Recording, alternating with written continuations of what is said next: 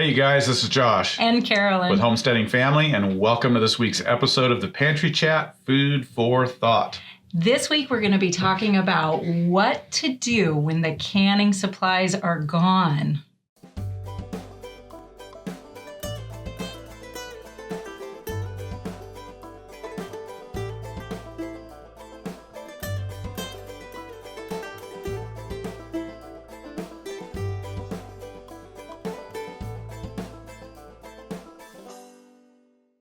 All right, so today we're going to be talking about canning supplies, and people are having a very hard time getting a lot of things, particularly jars and lids. Yeah, right now they are pretty much gone in a lot of places. That's what a lot of people are telling us. They just can't get them. Yeah. So we're going to be talking today about what to do if you are in that situation. You're wanting to can more, but you can't get the supplies. Maybe you want to start canning, but you're having a hard time finding lids, jars, canners. We're going to be talking through your different options, creative ways to find them, all sorts of things. And a few of them might really surprise you. So I think this is going to be a really fun session in the Pantry Chat today. Sounds like it. Yeah. But before we get started, let's catch up for a minute and answer a subscriber question. Some chit chat. What is going on with you here we're in late October? Yep. Yeah, winter's coming. Winter is coming. Winter feels like it's here already. We had a very cold snap. We got down to 6 degrees already. 6, as in like only a few degrees away from zero. That's November, late November weather. That's what we'd expect then, not this early. We feel like we're about a month early on this kind of weather. So that has sent us scrambling a little bit to get some of our, final preps in place for winter. But, I've actually been doing a few winter prep things that are maybe not so homesteady this last week. One of them, and this is a big one, if you live somewhere where it gets cold and freezes, if you have any chips in your windshields, your vehicle windshields, you have to get those fixed before the weather starts fluctuating too hard, because those will turn into cracks and breaks and all sorts of things. So I actually was able to get a windshield fixed yesterday, which was great, get a chip fixed. And it's good to fix them when they are chips and not cracks. I also I know I talked about this a little bit last episode, I completed the entire family clothing switch.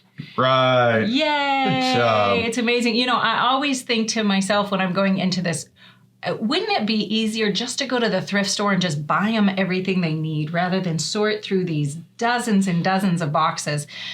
But then after I do it and I see how small my shopping list really is for clothing, and I think, no, it's worth it. Every single time it's worth it, because we're able to move clothing from one person or from one season to the next person or season. And we end up saving a lot of money by organizing our clothes that we're not using anymore and keeping them stashed away and then being able to bring them back out. So it's definitely worth it. And to give a picture, it might not seem like that big of a deal to you to be switching clothes, but we're talking like 36 boxes. There's a lot of boxes of clothes. And in this case, this was the girls' day. So 6 girls all packed into the living room, and all the existing clothes that are in the room having to be all brought out and shifted around and gone through and tried on. Yes. It is crazy. One of my number one goals, and I talk about this in my household management series when I'm talking about clothing and laundry, is to reduce the overall amount of clothing that's actually in the closets or in the drawers or in circulation at any given time. The less laundry that you actually have to do, the better. The fewer amount of clothes that are hanging up, the fewer amount of clothes there are to get thrown on the ground, to get stepped on, to get lost. So anyways, always looking to reduce the amount of clothes while still making people feel like they have good options to wear. That project bore good fruit. Yes, it did. It was a good one. What about you? What have you been up to? Just the winter preps, really. Yeah. Getting the hay in. Getting feed in. We brought in 15 tons of hay. Okay. And about 5 tons of feed. And making sure the barn's good to go. Our electric systems, our water de-icing systems are all working and running. We've got some new baby chicks in that we're just having to watch over and take good care of. It's a little cold to bring them in this time of year, but for egg layers, we really like it because they hit the spring running when we need new egg layers. So they're taking a little extra attention just because it has been cold. Yeah, we had a little snafu with the baby chicks the other morning, didn't we? Yeah, we did. We lost a couple with getting the water heaters going, the trough heaters. The trough heaters. They take a lot of electricity, and so we have to be careful because we don't have a lot of, we don't have a large breaker at the barn. Okay. That's an upgrade to do in the future. And anyways, a few things got overloaded, tripped, and chicks got a little cold. Got it. Yeah, so that was a little rough. You got to be careful. You got to watch those guys any time of the year, but especially this time of year. So I came down to coffee in the morning, and Josh was sitting by the fire, snuggling 5 little chicks, trying to warm them up, the ones that had gotten excessively cold and got them all toasty again. And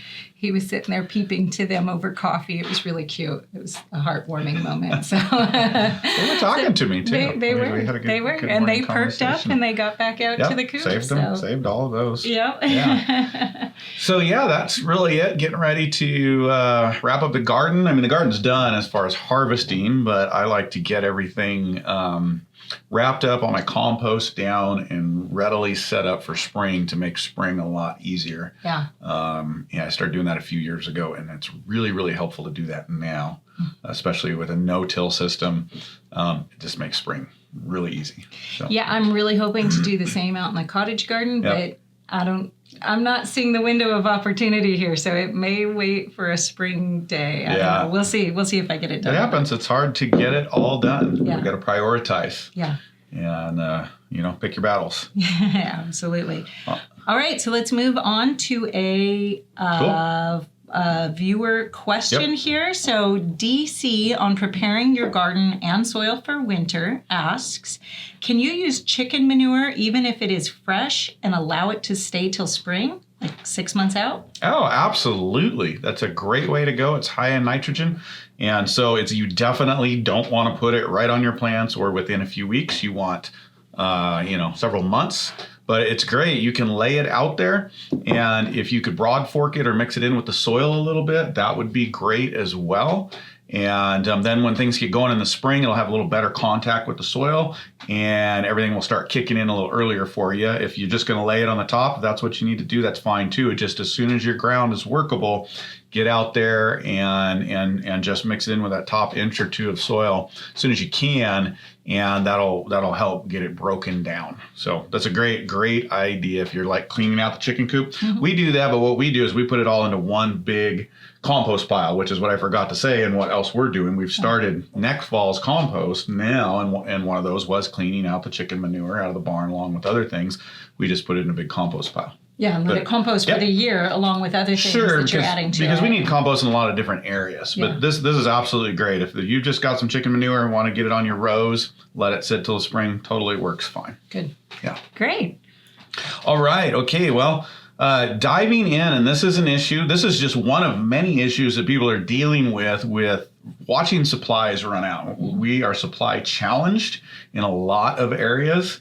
In homestead living, in a lot of areas, just in life. I mean, we're still waiting for a bicycle. We ordered Schwinn bicycle for a birthday months ago. And this is going to be the reality. This is not, we don't think, going away anytime soon. We're going to talk about this today, right? Yeah. Including with these canning supplies. This isn't just going to get better after November 3rd or after December 31st, 2020. There's a lot of reasons to understand that we're going to have some supply issues. Yeah. For a while, and as homesteaders, we want to be able to can. And you've got some great ideas and resources here because a lot of people just can't find canning supplies. They're gone. Yeah, they are actually gone in a lot of places, and they're completely out of stock. I've seen websites now starting to say, not taking any more orders for 2020, completely sold out for 2020.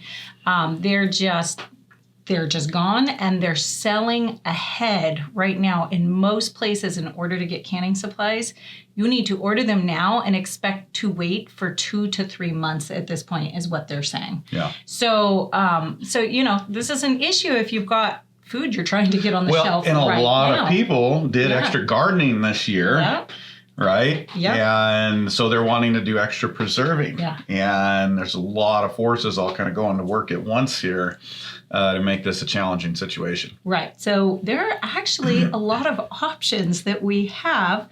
Some of them are maybe non-standard options, but we're going to talk about the safety of them, how to use them safely. And some of them are just creative options that you can look around. So I think you guys are going to be really surprised at what you can do and what you've been told you can't do, but maybe for reasons you didn't expect. So we're going to go over that today. Right. Some good solutions. Yeah. Real good solutions here. Good. Cool. So a little bit about the current situation. What's going on? I mean, we're identifying that they're gone. They're hard to get. What's happening with that? Well, between people getting nervous this spring and everybody deciding, hey, I'm going to grow a big garden, I'm going to preserve more, I'm going to can more. I think that is a really reasonable response to the way that the world is right now. And can I add, we hope that you guys that are doing that will stick with it. Yeah. Don't just let this be a reactionary moment or season in 2020. Yeah.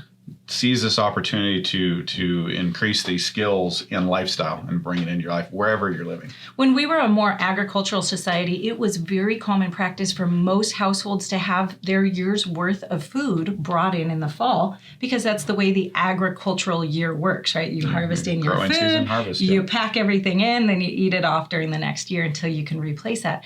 And it would be a great thing to be getting back to a little bit more of that. But as people started realizing they wanted to do that this year, seeing the events of COVID, they started buying in supplies at a level that was unprecedented at the same time that factories were shutting down, delivery services were shutting down, things were shutting down, or because of social distancing, they were having to decrease capacity.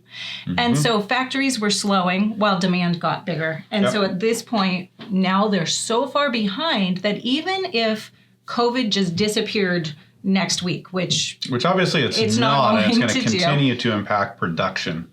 Even if it did, though, we're now months and months behind. So this is something to take seriously, even if you're thinking about next year's canning, right? So this is why it's always a good reason to buy ahead. If you know that you're going to can next year, you should always, it doesn't matter if it's a COVID year. We're not talking 2020, 2021, 2022. Any year that you go, hey, I'm going to can next year. When you're thinking about buying your garden seeds, get all your canning supplies. Just bring it all in. And so why you need to be, well, even if you're having a hard time getting canning supplies right now, you need to be creative and continue to look. Don't give up. Yeah. You know, Carolyn's got some solutions for you here, but still be planning, still be looking and thinking ahead to 2021, 2022. So be creative about finding your sources of supplies, and there's some things here you're just going to want to stick with over time. Good. Okay, so let's talk about how to get the supplies right now if you're looking and you don't have them. Okay? All right. So the first thing to do is to be creative about finding resources close to you. Okay, they do still exist. There are still places that we have canning supplies in the system right now. You may need to go look at small, out-of-the-way grocery stores. Hardware stores often carry canning supplies. In fact, they're a great source for them. Well, I've noticed they run out. Yeah. But then they get resupplied. They've got a supply chain, and so they're going to have access to some things that you might not have online at times. And so while they don't carry as much, they do generally continue to resupply. We've seen that here at our local store, and that's where you want to find out when are they getting them in, when's the next batch coming in, and that's where you can continue to think ahead just on that one source. It's very true, and you need to be talking to the people there. Ask them, hey, you don't have any on the shelf. Do you have any in the back? When do you expect a next shipment, and can I get a phone call when it comes in? You know, just start talking to people in your local stores. Ask around on Facebook and Craigslist. There's a lot of people who thought they were going to do a big garden this year. They got all their canning supplies, and then maybe they decided it wasn't worth it. Their garden didn't work out. Now they have extra canning supplies. So put out an in search of or an ISO for people who have canning supplies and see if you can find any. And I would stay on that one for a while too, on those, in your Facebook groups, in your places, because you're going to find that more and more, even as we work through the winter. People may still be holding on to keeping them. Yes. There's just a lot of variety of situations, and you're going to find that a lot of people went out and maybe panic bought, did different things. Somewhere in here, maybe towards Christmas, people need they need Christmas money, different things. There's a lot of strategies to employ there where people may be selling, in this case, these canning supplies, jars, lids that you want. Just stick with it and stay engaged. Yeah, if you're doing that, one really important tip, and we'll talk about this again later, is make sure that the reusable lids are not older than 2 years. You want to use them within about 2 years, especially if you don't know how they've been stored in somebody else's house. Right. Again, go to the big box stores, go to your Walmart, your places like that. Ask them if they have any more in the back and if they have any chance that they're going to be bringing any more in. Just start talking to people. But also keep watching online stores, because I have seen them now start to restock and get little stocks of things and actually list them. Layman's just got a whole new stock of one size of their All-American canners in. Okay. Which have been sold out. Everywhere else, they're completely sold out. But you can, at least at the moment that we're recording this, you can go and get them. They said the supplies are limited. But you do need to be watching, because these things do show up. So keep looking. Absolutely. Good. All righty. So, but while you're doing that, there are some other things out there on the market that you're going to run into, right? That we need to think about. And this is particularly, I think a bunch of Chinese made products and lids particularly are coming on the market and available. Yeah. And that's not our favorite go-to, but it's there. It's a resource, but it sounds like there's some things they need to know if they're going to go that route. Yeah. If you go to Amazon right now and put canning lids in, you are going to get tons of options that are ready to ship tomorrow. There are a lot out there. Chinese manufacturing companies have seen this opportunity and they've jumped in a place where there's a need right now. The challenge is the quality is not as good in most cases. Maybe there's somebody out there making some really good ones. It's not as good as your normal American-made or American-controlled lids that you're used to supplying. So what's wrong with them? What are the issues? So the metal is much thinner, for one, and so canners are experiencing crinkling with the lids, where the lids are actually warping in the canning process. That sounds like... That's not good. Sounds like aluminum foil. Well, it's not good, especially if you want those things to be shelf stable. The sealing compounds on the lids are not as robust, and so people are losing their seals much more easily. Okay. Also, on all the ones that I looked on, I couldn't find anything that said whether things were BPA free or if they were made from food grade materials. Now, we assume that in something that's manufactured in the United States. You can't just make that assumption. Right. If it's made other places with fewer controls. And so you really need to look. I would highly recommend you read the reviews. Amazingly enough, of all the different products I look for on Amazon, and I clicked in and read the reviews, a vast majority of them somehow had managed to get reviews from a different product in their review section. So I don't know if that's like, I don't want to call anybody out when I don't know the circumstance. Maybe it's an Amazon mistake. Maybe it's a really tricky way of getting a lot of 5-star reviews that you don't actually have because it's for a different product. I don't know, but please make sure you actually read the reviews before you check it, and don't buy anything that's not reviewing the actual lids, so you know what's happening. And one thing we do is we go and read the negative reviews, not just, how many stars and how many people, but what are some of the negative reviews. And because if there's enough of them and there's enough consistency, and it's not just people, there's always people that are complaining and whining, don't like something, but you can often get an idea if there's a legitimate, concern there by reading through those negative reviews. Kind of have your heads up. So now all that to say, if you can find one that looks good, and there were a few out there that I thought, it was BPA free. It did look good. It did have good reviews. There were a few of them there, and I thought I'd take a chance on that. Just be aware that those lids often have a higher chance of failure. So I wouldn't be putting really expensive food in that jar. I wouldn't be filling a quart-sized jar with beef and canning it with one of those lids when I might lose multiple of the jars. Yeah. That can be a real bummer. So just be aware that you're going to have a higher chance of failure. Yep. And just so that you know, if you're looking, because they're working in millimeters, they're working the metric system over there, a regular mouth jar would be a 70 millimeter. And a wide mouth jar would be an 86 millimeter. So if you're seeing different options, you don't know how to interpret them, just know that 86 is the wide and the 70 millimeter is the regular. Good. That's good information to have. Good to have on Great. hand. Okay, so those are some of the options that are out there on either finding your own or using, these other alternatives that are out there and what to watch for. But you've got some great tips on what to do if you just can't find what you need, but you still can find some used or have some used or whatever if you're already canning or somebody that is. So let's talk about reusing lids. In my understanding, that's generally a no. Don't do that. But I think you've got some tips that can help people out. We're getting in a tough situation. Right. And you need to be creative. So what can people do? Well, a good friend of mine who is a master preserver, she's also helps me inside our master class or preserving the Abundant Pantry Canning Master Class. And she and I were putting our heads together over this one because there are a lot of people who just literally cannot find jars or lids, and cannot get them. And so we were discussing the practicalities and the safety issues with reusing lids. And, here's the thing about reusing lids. Ball tells you not to reuse them. Of course. Okay.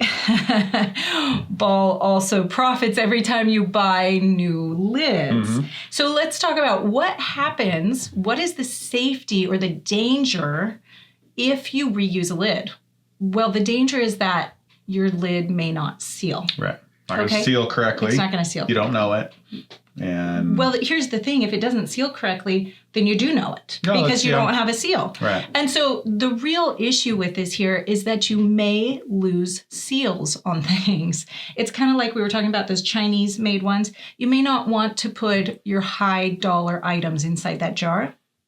Just knowing that you may have a higher chance of a seal failure if you're reusing your lids. Okay, in order to reuse a lid, it would have to be completely nick, non-bent, completely free of any sort of, twisting of the metal. It needs to be in good damage, shape. Right. Yeah, it needs to be in very good shape, which is easy to damage them when you're taking them off. Yeah, when you're removing them from a jar. I have heard that there's a special tool out there now. I haven't seen it yet. That's just for removing lids from the jars without damaging them, just so that you can reuse them. That would be worth looking that one up and checking out. So you need to have a completely good shape lid still. The other thing that you need to do is inspect the sealing compound on the bottom side of that lid and make sure that it is all still there. You need a complete ring of sealing compound still on that lid. If some of it has come off, then you're not going to want to use that one. You're going to want to toss that one. Okay. The other thing is that, it's probably best to keep this to water bath canning and just reusing it for water bath canning. The reason for that is that the higher temperature of the pressure canning is going to break down your sealing compound a lot faster. Okay. So if you've water bath canned something, you can save the lid from it when you open that item and then use that lid again for water bath canning again. That should be very safe as long as you get a good seal. Could you use a water bath canning lid if you're in a jam that you've used for water bath canning and you need something for pressure canning? Could you take that water bath lid and then use that for the pressure canning? That sounds like that would be under what you're describing, that would be a good solution. Absolutely. You could definitely do that. Just again, realize that you may have a higher percentage of failure with those lids.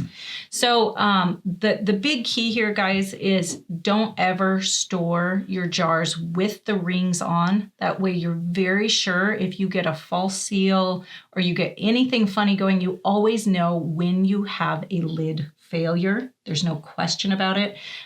If you're not sure what I'm talking about, we did a video, I think last year, on the top 5 canning mistakes you shouldn't make.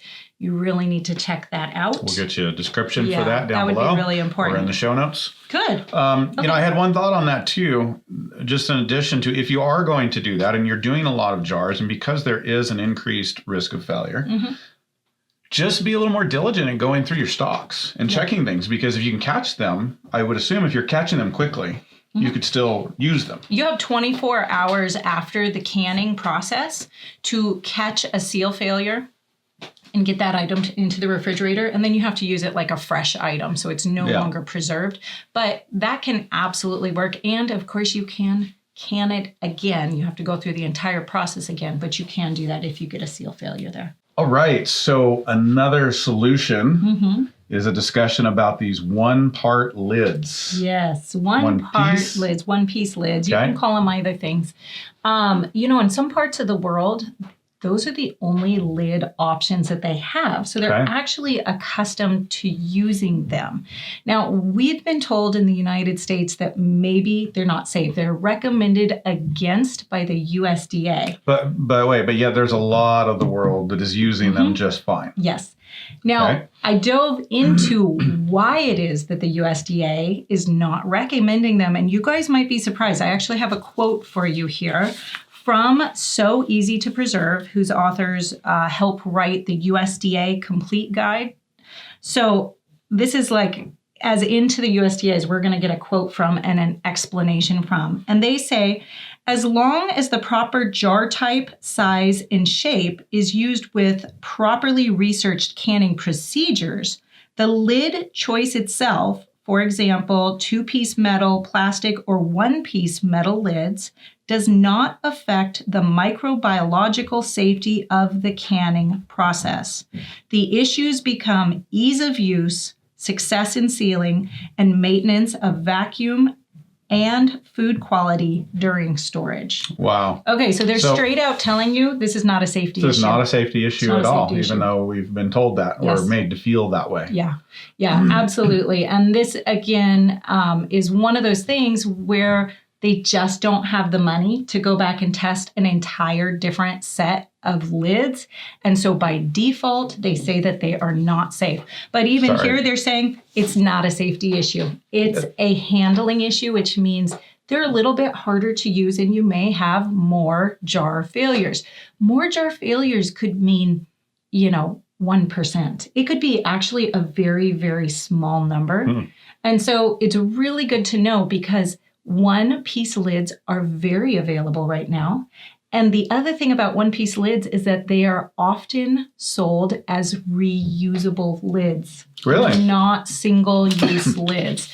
After doing this research, I honestly think that I'm going to start looking at using one-piece lids more regularly in my normal canning, not even as an emergency backup, because I love the idea of reusable lids. Sure, it's a huge money saver. If you are canning 500, 1,000 or more jars a year, that's huge. If you can either reuse them or even better, have a lid that's made for that. Yeah. And reusable. And I don't think it's a funding issue. I think it's they don't want us to go that route. That could be too. There's a lot of them available pretty cheaply.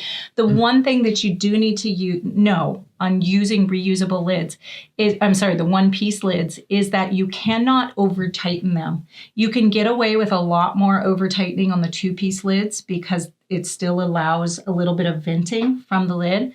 You will ruin your lids and possibly break your jars if you over-tighten these. So you want to make sure you just tighten them down until the sealing compound is in contact with the rim of the jar. That leaves them loose enough to allow venting until that seal makes a solid contact during the canning process. I see a video coming for next year's canning videos because people are going to want to remember that and have something to refer to. So make sure you're at least reading the directions or finding out if you're going to take advantage of those. Yeah. But that sounds like a fantastic resource right now if those are widely available. Absolutely. Cool. So moving on to jars, and jars are another one that people are having a hard time getting. We get people asking us that all the time, and some of the previous options I think apply. Okay. But let us know about other jar options. Okay, so this is another one where we're going to kind of go outside of the box a little bit because we're told regularly not to use other jars besides home canning mason type jars. So what are other jars that would work for canning that they're telling us not to use? Just give us a few descriptions. Like what is it that people use that they don't want us using? Right. Grocery store spaghetti sauce jars is really like glass jars from the grocery store. And what is noted safety wise is that they won't be able to handle the pressure of home canning.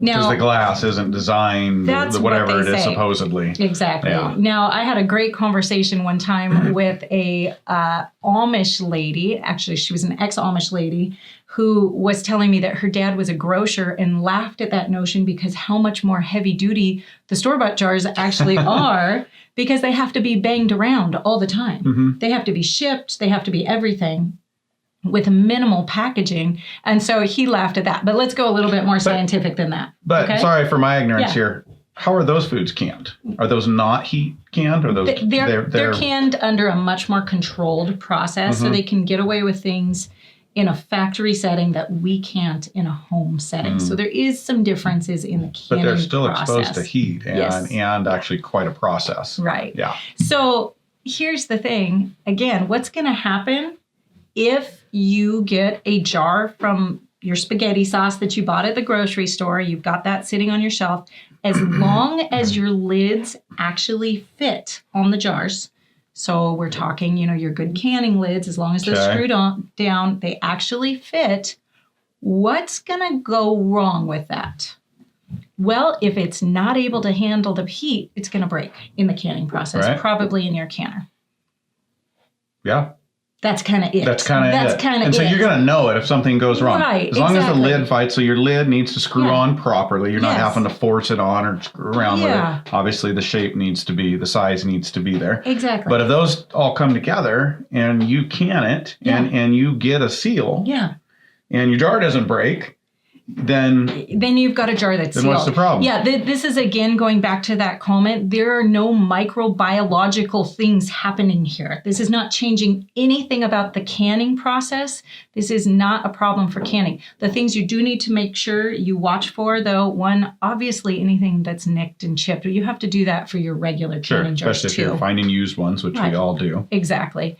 But you have to make sure that the sizes correlate to our canning sizes, so that you know that you are canning for the correct amount of time, right? Our canning recommendations on time are based on the jar size. If you get an in-between jar size, in between pint and quart, you always go to the higher size time requirements in the safety charts, right? So you have to make sure you've got the size worked out. You have to make sure there's no chips, and you have to make sure your lid fits. And if all of those things are true, and the jar survives the canning process, which I've got to say, I've done this multiple times. I've never had a jar break. So chances are it's going to survive the canning process. Then you're good to go. You're not endangering your family with botulism or anything else just by using a store-bought spaghetti jar, as long as you get a good seal and you do the processing correctly using the correct method for the correct amount of time. This is really powerful. It is. I mean, these are really powerful options as far as canning goes. Yeah. And, a lot of the point of canning, besides preserving food and being prepared and healthy food, is cost. Yeah. And we're very cost aware in these things and wanting to get the cost of our good quality food down. And this is a big deal. It is a big deal. And, we have this issue where, the safety that comes out, we're told all these things that are supposed to be about safety, but sometimes it's just because they haven't tested it, or maybe they feel like it's ease of handling. And, honestly, I would like to be able to make those decisions myself. If it's just an ease of handling or the chance that I might have a few more jar failures or seal failures, I would like to be told that, and I would like to be able to make that decision as a responsible consumer and preserver myself. they don't really present it in that way. So it takes a little bit of work to sort it out. But I think this is really important, and we need to start doing this in the preserving community and kind of go, Ball, let's let go of our monopoly here and let's be real about the information and talk about safety versus how do you get us to keep buying your jars and your lids. Right. Well, there's no incentive there. Right. So okay, I'll get off my soapbox. Right. No, okay. but it's good. This is great. This is very, very good information. And but we do need to move on. So let's talk about canners for a moment. I know there have been times where canners were very hard or nearly impossible to get. What's going on now, and what thoughts do you have? Right now, water bath canners are still relatively easy to get. And the great thing about them is you don't even need a water bath canner. You can use a stock pot with a lid as long as you have some way to keep your jars from being in direct contact with the bottom. And a kitchen towel works for that. A rack works even better. But, you don't actually really need a water bath canner. So that's kind of an easy get around. They're still available if you want one anyways. Right. The pressure canners are really the issue. Right. And let me say right up front what I always say, no, you cannot use your Instapot. That is not a safe option. And I know I'm giving you a lot of things here in this pantry chat where we're talking about things that are outside of the recommended safety box, but we're keeping them still safe, just maybe outside of the actual official recommendation. Well, the Instapot, using an Instapot or another electric pressure cooker is not inside a safe quantity. That is not safe. And the reason for it is because you cannot actually gauge how much pressure you are actually canning at any time. All you've got in some of them is a little digital readout that may be off by 5 pounds of pressure. Who knows? We have no idea. And so I would never consider pressure canning in anything that wasn't either one, using an actual pressure weight, or two, has a gauge that is testable and has been tested within the year of using the canner. Hence a pressure canner. You need to use a pressure canner. Yeah. Okay. Yeah. So are they out there? Are they still cost effective? There are some out there still, and they are coming back out. In fact, let's see, I think it was Pleasant Hill Grains right now is taking pre-orders for all American canners, and some of the sizes they were expecting to have by November. Doesn't help us for next week necessarily, but it is coming up on the sooner side. Like I said, Layman's is getting some in stock. I'll put links to all of these things in the description. And, there are multiple that are actually still out there. There are some of the Presto models that are still available that you can actually just go buy, whether it's on Amazon, on Layman's has a few of those, and most likely in your local Walmart or different big box stores. And it looks like Pleasant Hill Grains are taking pre-orders. Yeah. So, if you don't have these things, just get on the pre-order list now. Can I say that? The same thing with lids. Just go ahead and get on the pre-order list, because these, this is probably not going away. Start thinking about next year. Yeah. Your money invested here versus in the bank waiting until next canning season when you start thinking about it. The things we're dealing with, inflation and money printing, and a lot of other issues in the backdrop, durable goods in your home is a great thing to have now. And especially when there's resource scarcity. So stay diligent and stay on it. And even if you can't solve your problem immediately with some of these things, you're going to be able to still take advantage of these opportunities as they come along and be better prepared down the road. Yeah, absolutely.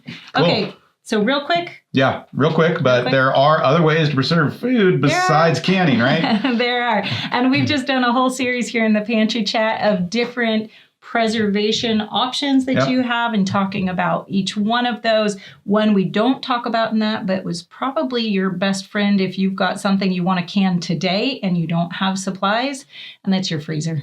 Right. That's a great way to just get food preserved, even if it's while you're waiting for your canner to get here or your jars or lids to get here.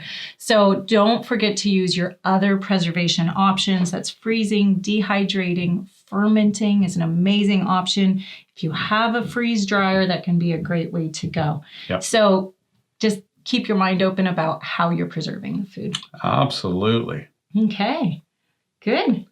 Well, I think that's pretty much it. We already talked about making sure you get on the wait list and make sure and everything. When these supplies come back in and you start buying them, for canning lids, especially the single-use canning lids, make sure you're not buying more than 2 years supply of them because that sealing compound does start to break down.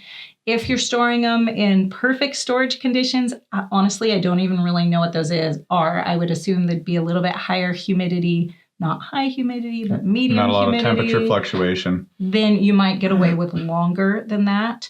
But, you don't want to get so many on hand that you just lose them all and they're not worth it. So start with 2 years supply. And it's always good to be working out a year ahead of what you need.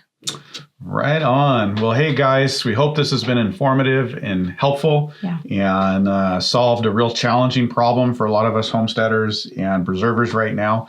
And we will look forward to seeing you next time. Goodbye. Bye.